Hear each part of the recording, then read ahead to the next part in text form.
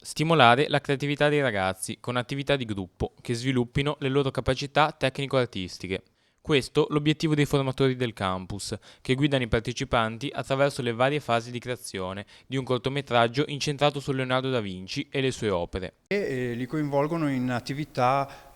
come ad esempio in questo caso specifico l'educazione ai media, la creazione di un cortometraggio, di un video, come montare video, ma anche laboratori teatrali come avete potuto vedere, varie attività teatrali che aiutano a collaborare e a crescere insieme anche se sono tutti ragazzi che non si conoscono tra di loro, quindi li aiuta a crescere. Ci concentriamo sulla conoscenza reciproca del gruppo stesso, qualora i bambini non si conoscessero,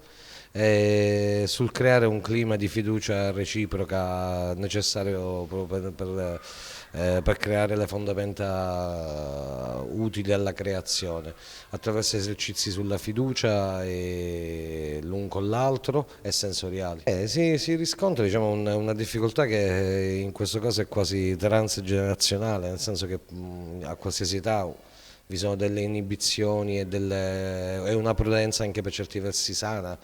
Durante gli esercizi però tutti questi limiti vengono superati abbastanza facilmente, ovviamente con un po' di tempo. Il campus introduce i giovani ad alcune delle nuove tecnologie e alla pratica delle arti visive e performative, sia per sperimentare nuovi linguaggi, sia per favorire le loro capacità espressive e aiutarli a scoprire le proprie attitudini. La cosa che mi piace di più è comunque anche instaurare un rapporto con gli altri, iniziare a fare attività mai fatte, che fatte con persone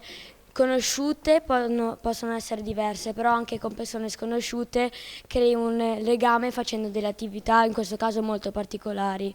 Quindi comunque a me è anche molto piaciuto fare queste attività e secondo me, a parere mio, è più divertente farle con persone che non conosci perché puoi instaurare nuovi rapporti facendo queste attività